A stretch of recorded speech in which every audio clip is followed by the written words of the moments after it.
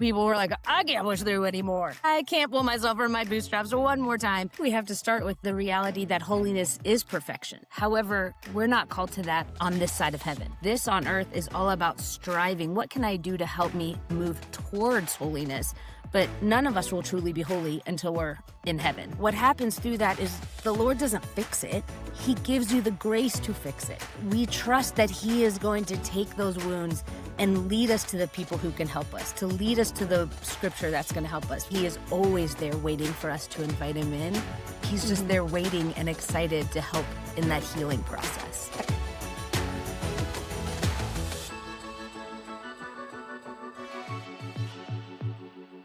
Welcome back to the Catholic Woman Podcast. I'm your host, Marie Hansen. And if you're watching on YouTube, you might know we're trying a new space today. I am on the couch in our apartment because we get much better light from our windows than I do like in our kitchen, which is over there. And I don't know how this will look, but if you're watching on YouTube and you're like, well, what's different? That's what's different. I'm on the couch today. So I hope you like this new setup. We're going to try it. I feel like it's cozier. I feel like I'm just having a chat with you guys versus sitting at the kitchen table. Although, that can be a good chatting spot too. However, I'm super excited to dive into today's episode because we had this guest on a couple seasons ago in 2024. And we talked about anxiety, and it was one of our most popular episodes because I think a lot of people are dealing with anxiety today, especially after 2020. Something just happened, and a lot of people are feeling a lot more anxious. I know, and I expressed in that episode, it's something that I have struggled with my whole life. I've always been a very anxious person, and I'm very excited to bring this guest back because we're also going to be adding a layer into the anxiety discussion today and talking about trauma. And I know trauma has kind of been a hot word in the past few years. People talk about trauma dumping and how they've been traumatized by this or that.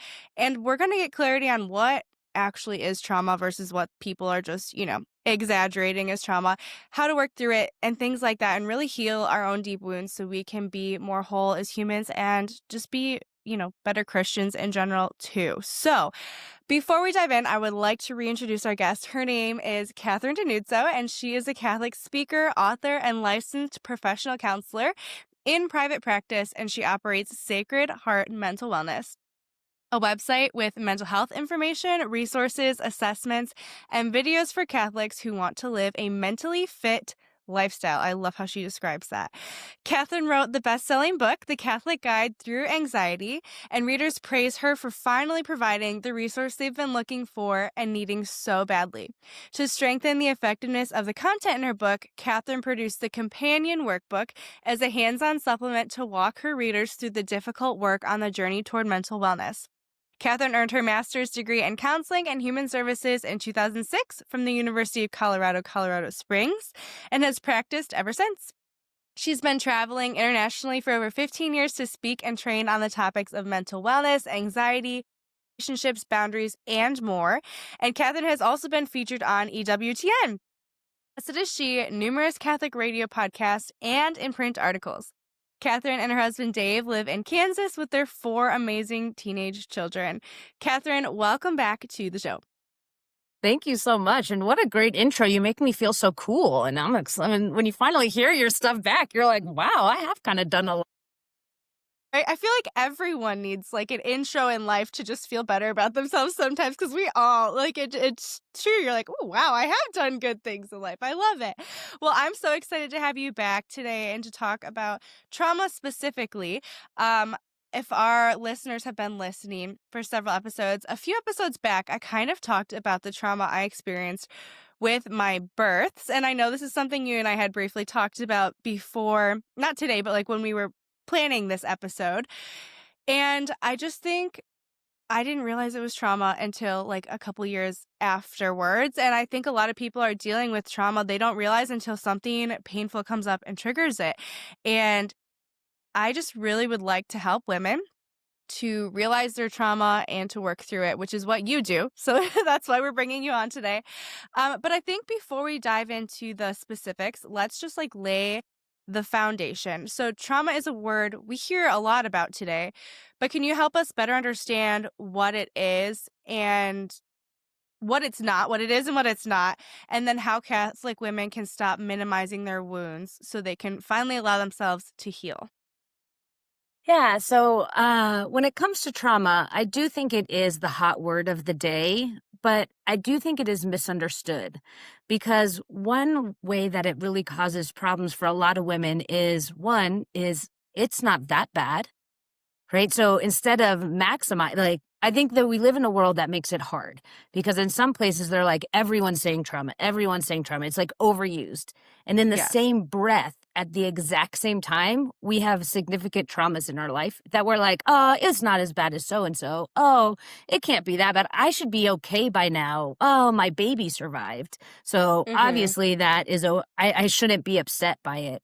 And I think we really have to change the mindset around trauma because it's not really what happened or how big it Mhm. was. It was how were you when you handled that? What was going on in your life? Because you could have two people in the exact same situation and both will handle it differently depending on Mhm. how they perceived it, what their past history was, and what they have to be able to deal with the trauma at the time, the support systems they had in place, the understanding they had in place.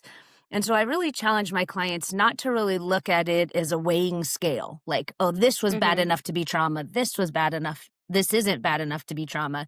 It's more about how it impacted you. And it's learning how to understand how it impacted you so you can move through it. Because again, I think that's where in 2020, a lot of things were, we just got to push through and you got to be okay. And Yeah. then in 22, people were like, I can't push through anymore. I can't pull myself from my bootstraps one more time. And everyone felt kind of stuck and we wanted to sit in our trauma.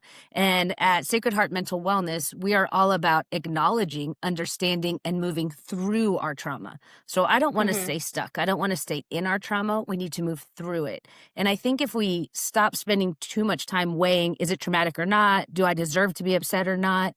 Instead of Yeah. saying, this impacted me, why did it impact me, and what do I want to do to heal from it, will really change the narrative to moving forward instead of being stuck where we are.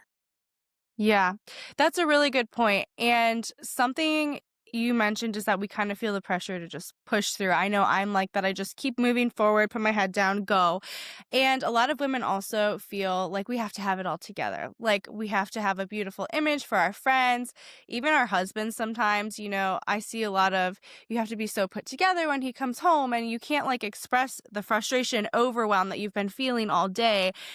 Things like that. It's health, there are benefits to some of those things, but I will say it's not healthy all the time to do that, and I do think social media has played a huge role in some of these having it all together, pushing through feelings that women have today.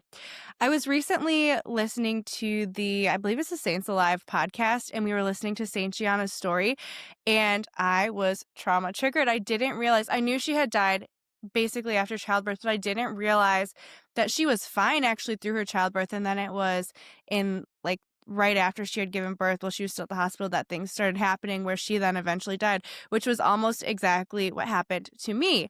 And I am realizing that the more I learn about the saints' lives, they are messy, they are painful, they are trauma-filled, and I guess I might have had this false image that holiness equals perfection because we see like the highlight reel of the saints and their lives. So, can you talk about that? Why do we have this false image that holiness equals perfection, and how can women work through this pressure to have it all together and to keep moving forward? Well, I think we have to start with the reality that holiness is perfection. Mhm. However, we're not called to that in on this side of heaven because we can't have Mhm. perfection. If we had perfection on this side of heaven, we wouldn't need Jesus, we wouldn't need heaven, and it all falls apart. So, yes, we can say that holiness is perfection, but I can also give myself grace that I am striving for holiness. This on earth Yes. is all about striving. What can I do to help me move towards holiness? But none of us will truly be holy until we're in heaven. That's when we will Mhm. be in that place. And so, one of the things that I've been really pushing this year with my clients is being able to live in the both and. Because we live in a world where either you're supposed to be perfectly set up for your husband every time he comes home, or you never have to be perfectly set up for your husband when he comes home, or you should Mhm. be doing this, or you need to be feeling that, or I need to be happy, or I need to be sad. And I can't be in the both and.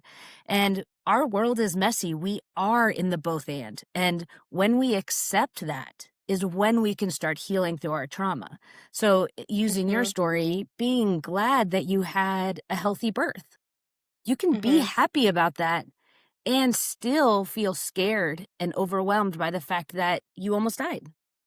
And it can Mhm. be a both and those can sit in the same place. And when we Yeah. allow that, then we can start working through it.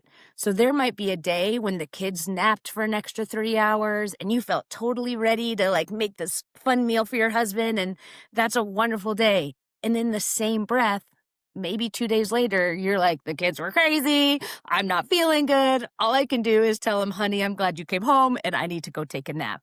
And both are equally good as long as we understand them and we're working through them.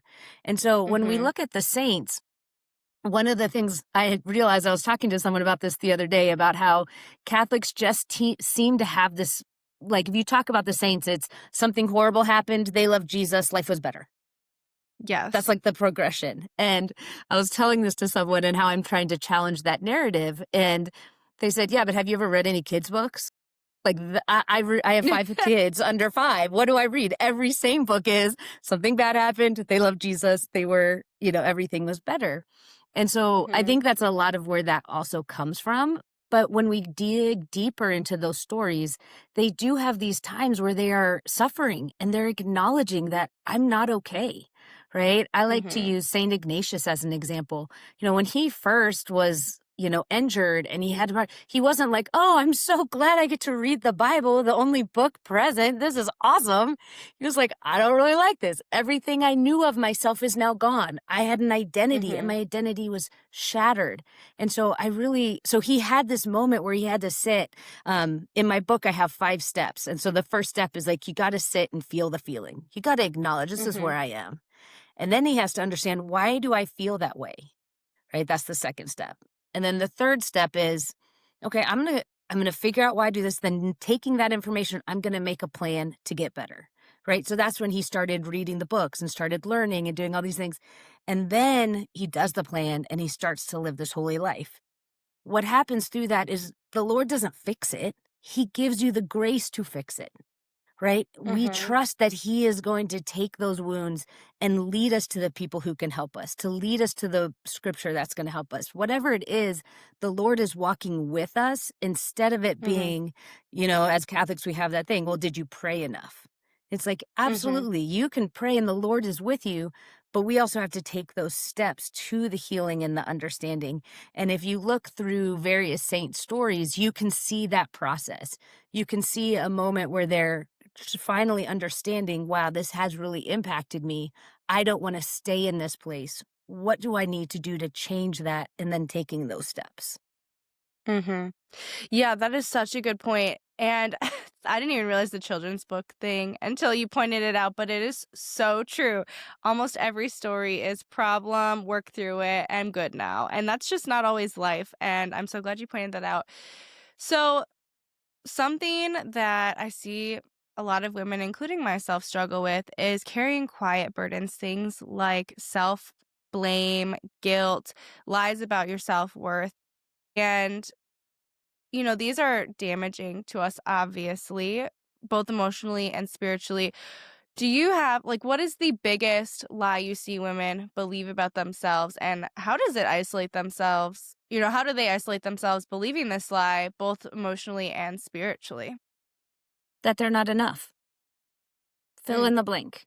I'm not tall enough. I'm not short enough, old enough, young enough, smart enough. I'm too smart. Whatever the thing is, I am not enough. And that is embarrassing because I don't want to come into a group and be like, oh, I don't feel like I'm as smart as the people in this group, or I don't feel I'm as pretty as this person in this group, or I don't feel I'm as good of a mom as the people in this group, or I'm not as holy. Like, you can see, I mean, I'm just going through all the women's groups I've been in my time. Like, there's that lie that no matter what I am not enough. And so there's 2 challenges I like to give, especially in my talks and with my clients, is being able to say, we are created enough even when we don't feel like we are. And I give this example, especially to moms who have raised kids, right? There are times that your kids are so enjoyable to be around, and there are other times that you're thinking, wow, they are challenging, and you never stop loving them. I think about babies. And as a pro-life person, I think this fits everyone, but if you think about babies, and I mean this in the most loving way, they don't really do much, right? Mhm. This whole time they're in your belly, they don't do much. They're really, it's kind of true. They're a parasite. They take all of our energy, all of our good nutrition, and we love that baby. It hasn't done anything. This Mhm. baby's born, they're in our arms, and they're really doing nothing. They're giving nothing, but they give everything. And our love for them is so great, not because of what they did, right? We live in a world where doing and be is what's valued and being is not. And so we first have to start by just challenging that narrative in our mind, because we spend way more time telling ourselves and reinforcing why we're not enough than challenging that thought process. And the way that I teach people to start challenging it is I tell my clients, if someone came to you and said the exact same thing that you're telling me today, what would you tell them? Would you tell them, oh, you're a loser? I can't believe you struggle with that. Oh, if you were only this, if you were only that. And they're like, no, I would tell them they're beautiful. And I would tell them how amazing they are and how they make the group better. And I'm like, so why would you say stuff to yourself that you would never say to a friend? So on my website, I have this sticker that I sell, and I wish that everyone bought it. I just think it's so important for your kids, for everyone, not just because I want to sell it, but because it's so important. And really big on the top, it says, don't be a bully. And that is universally accepted. Don't be a bully. But then in really small writing where you have to read it and you have to think about it, it says to yourself. Because what we do is we say harsh, horrible things to ourselves that we would never say to someone else. So if bullying Mhm. isn't okay for you to do to someone, it's not okay for you to do to yourself. And I think it's a beautiful morning reminder, like right on on that mirror when you're getting ready and you're already saying like, oh, I don't like my hair. I did. Yeah. You just look at that and you're like, what would I tell a friend right now? And I'm going to say those exact Yeah. same things to myself. I love that. So we all have obviously these wounds and these things that these beliefs that we're not enough in this way or that way, or that we don't love ourselves, or that we're bullies to ourselves in this way or that way. How can we use these wounds as pathways to grace? God so deeply wants you to know that you are loved. He aches to share that with you.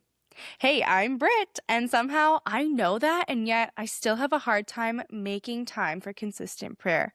I feel myself pulled in a dozen directions, overwhelmed and overstimulated. I was in the chapel getting distracted during prayer again when I looked up and heard the birds chirping. I realized if I don't even notice the birds chirping all around me, how am I going to hear the Holy Spirit? Since then, I've begun to notice. I gaze at the crucifix in my home. I feel the warmth of the sun. I listen to the birds. And now I light a candle, specifically a candle made with non-toxic ingredients that's tied to a scripture passage, a birdie candle. Every time I walk into the room, I smell the scent and momentarily reflect on the passage. If you'd like to be reminded of the stories like Martha and Mary with a lavender and chamomile scent, or the burning bush with a smoky fragrance, for example, then use code CWP10 for 10% off your order. Visit birdiecandles.com. That's BRDY candles.com and use the code CWP10. And I just have to say, I personally use these candles in my home. I am very, very sensitive to scents. Most candles give me a horrible headache, but the birdie candles don't. And they are so beautiful. They just draw me into the present moment, bring me back to reality and to just noticing, as Britt says, noticing the sun, the birds, my children, our time together. So visit BRDYcandles.com and use the code CWP10. If you've ever thought, I wish I actually understood my cycle, this is for you. The Fertility 101 full course from BOMA USA Billings method teaches you how to read your natural fertility signs with confidence and clarity. You'll start with a live intro class over Zoom and then get 4 private chart reviews with a certified instructor. BOMA's method is simple, science-based, and 100% natural. And the best part is you don't need to rely on an app or algorithm. This course also counts for pre-Cana marriage prep if you need an NFP certificate for your marriage prep. So if you're ready to ditch the guesswork and actually understand your body, go to BOMA, BOMA-USA.org and sign up for the Fertility 101 full course. You can use the discount code Catholic20 for the full course, or if you're not ready for the full course yet, they have a one-time class you can sign up for, and you can also use the discount code Catholic5 for that one-time $50 class. So check out BOMA, BOMA-USA.org, and use the code Catholic20 on their full fertility course, or Catholic5 for the one-time $50 class.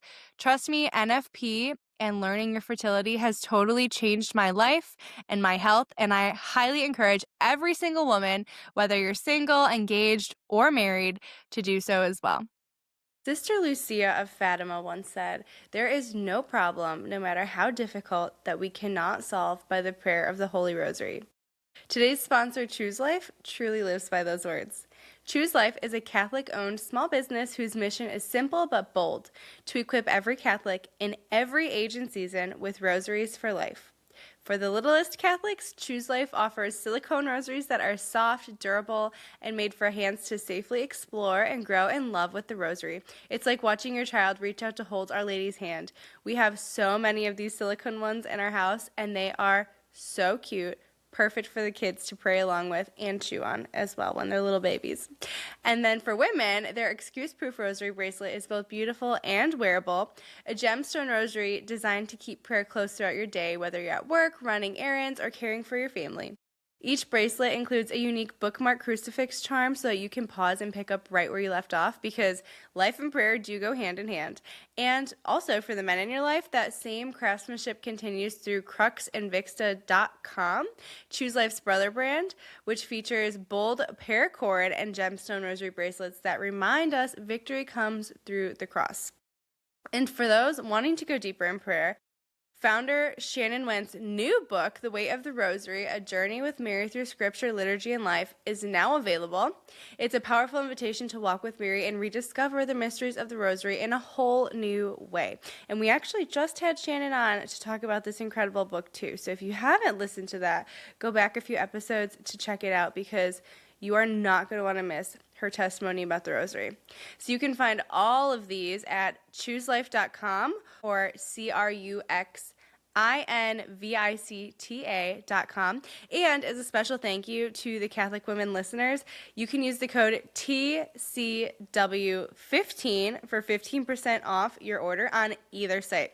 That's TCW for the Catholic woman, 15 for 15% off on both Choose Life and cruxandvicta.com. Thank you so much, Shannon, and Choose Life and Crux and Victa for sponsoring this episode. Well, I think we have to come humbly and realize that the Lord wants to come into those spaces.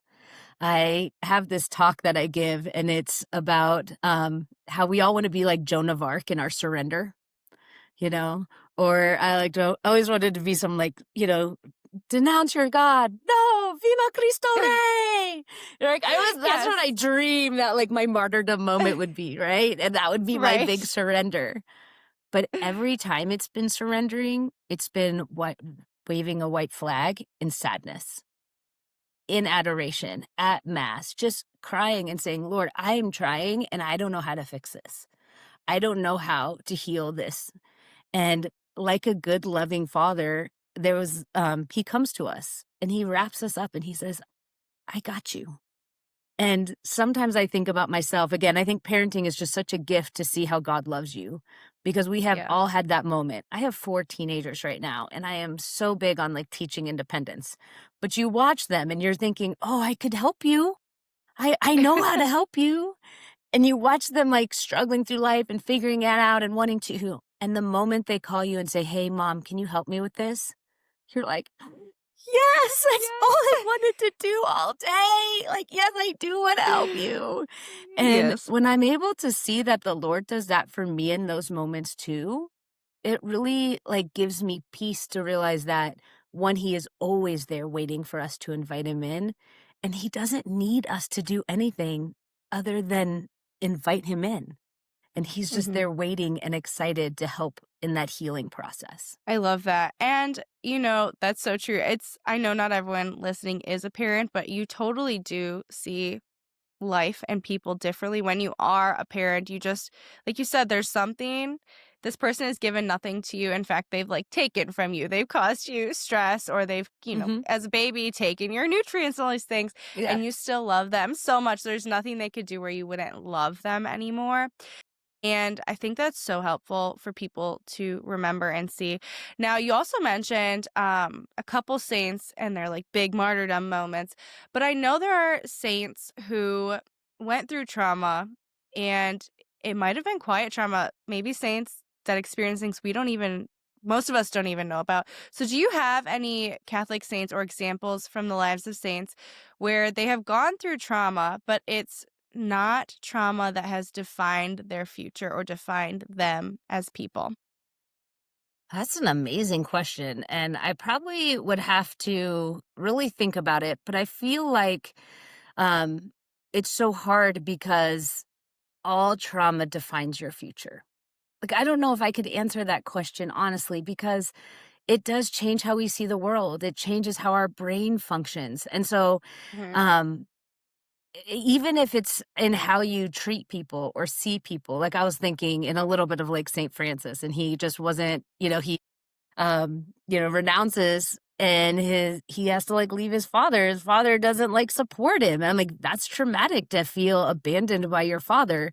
And yet Yeah. he lived a quiet life. He took that to prayer. He wasn't loud and boastful and those type of things. And so is this Mhm. idea of thinking like, is that I mean, from a counselor's perspective, probably like getting into the weeds, but I don't know if I would say that it's possible that trauma doesn't define parts of your life and you just get to Mhm. decide if it's to strengthen you or if it's Mhm. to hold you down. So, for example, I also had a traumatic birth we talked about one time in Mhm. our last meeting.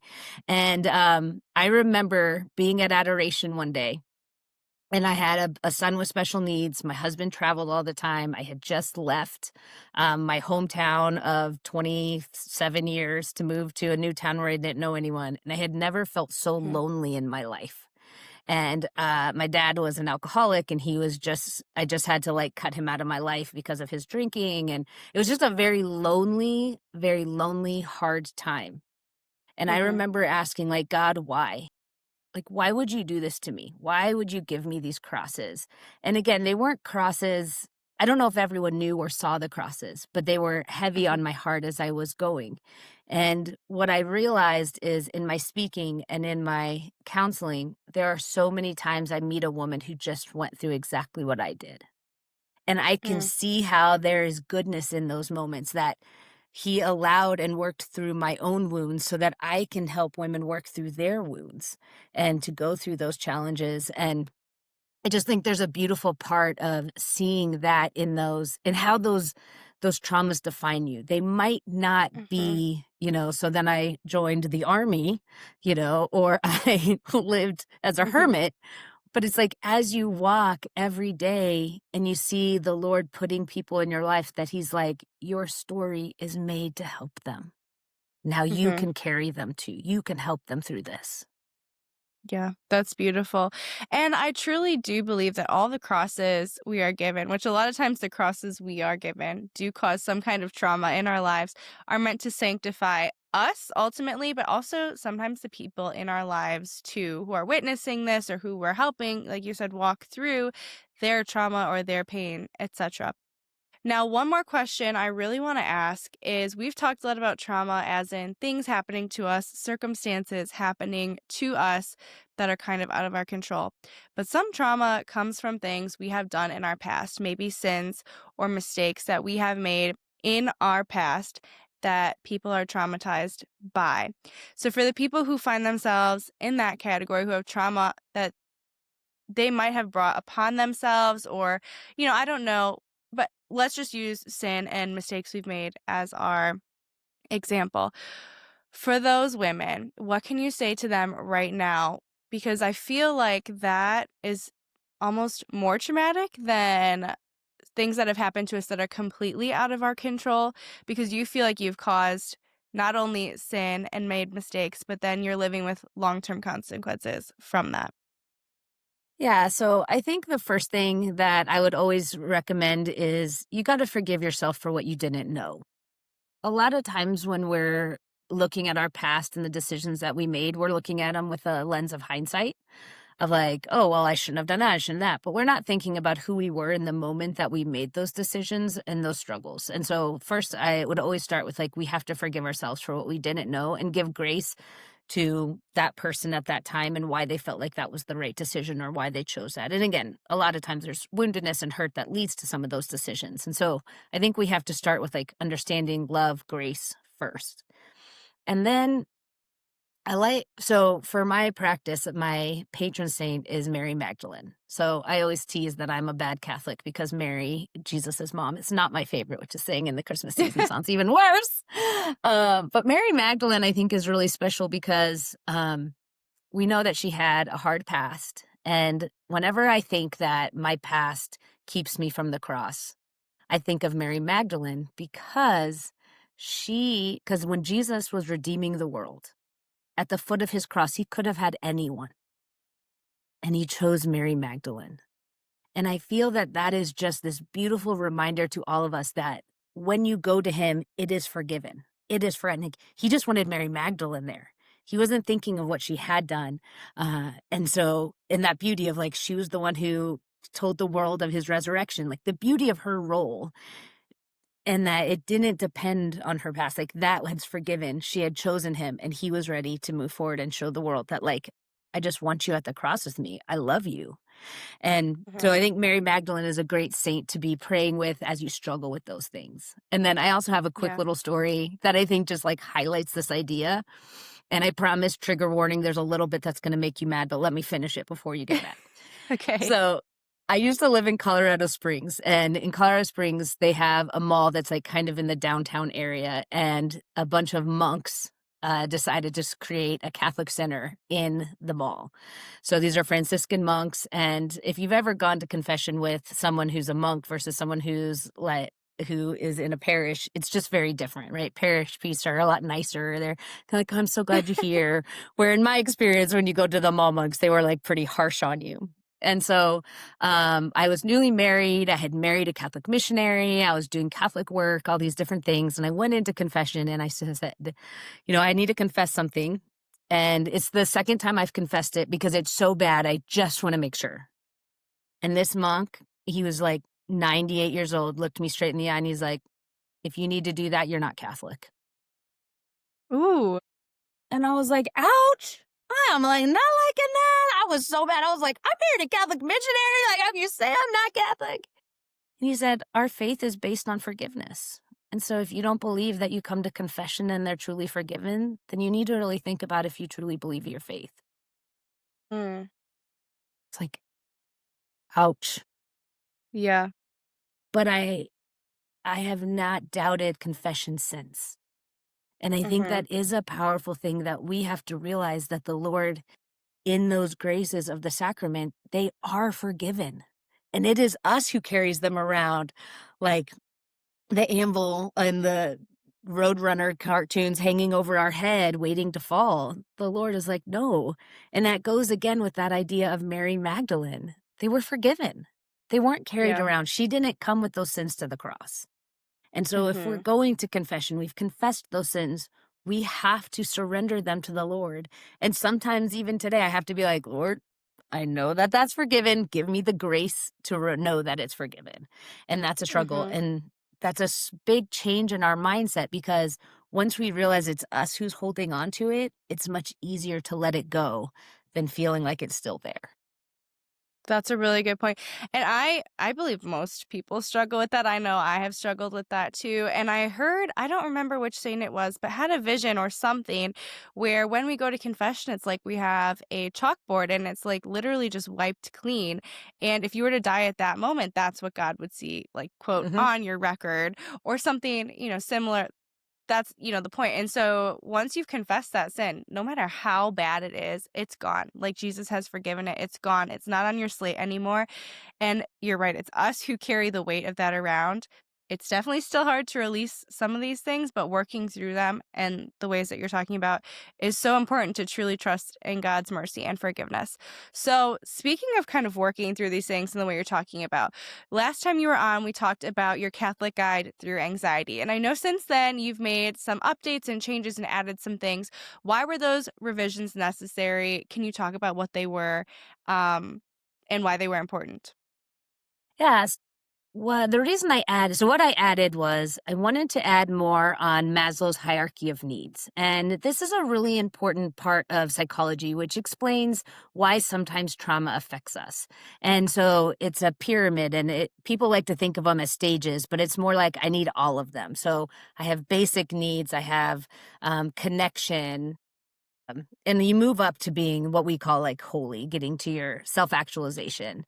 And what happens with trauma is that some of those bottom tiers are taken out. So I give this example with COVID a lot. A lot of people don't realize how traumatic it is when one day everything you know changes. And that's what happened with COVID. Something that you never thought would ever happen happened. And everyone changed that day because now I could never think the churches aren't going to close. That would never happen. Hmm. Now I'm like, it could. I would never think all the schools in the world were going to close. And then it did. I'd never think that someone would tell Hmm. me I can't see grandma or eat my same cereal that I've eaten for the last 20 years. And so that takes those bottom layers of our safety and our structure of our lives, and our body goes into fight, flight, or freeze.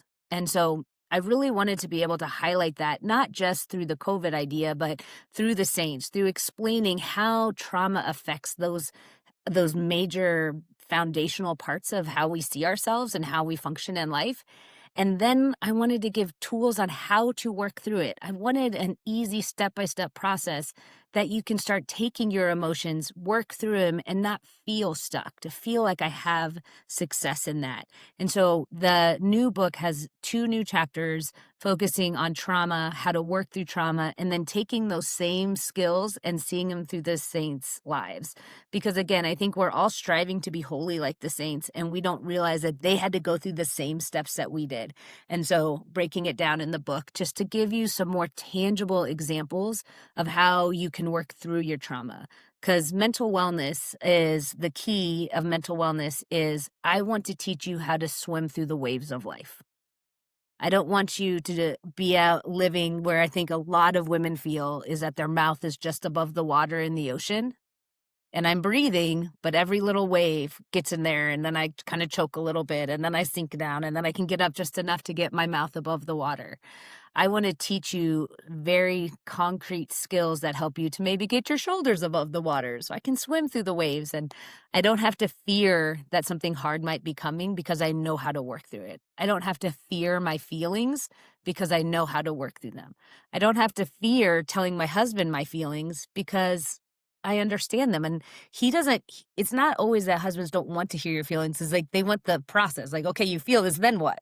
Right. And so Yes. giving women a chance and just the readers a chance to really be able to process through their feelings for themselves and for the people who love them, I thought was very needed to add, because when we do that, we feel less anxious. When we feel supported, we feel less anxious. When we have more knowledge, we feel less anxious. When we feel prepared and able to swim, we're going to feel less anxious. That is so important. I love that addition because you're right. It's not just the anxiety, it's working through, our basic needs and working through these traumas so that you can, I love the analogy, get your shoulders up and to at least swim through the waves versus being pummeled by them every time they come. I Yeah. really, really like that. So, Catherine, where can people find your work? Okay, so you can go to Sacred Heart Mental Wellness. And again, that's Sacred Heart Mental Wellness. And on that website, there's a free mental wellness assessment just to see where you're at.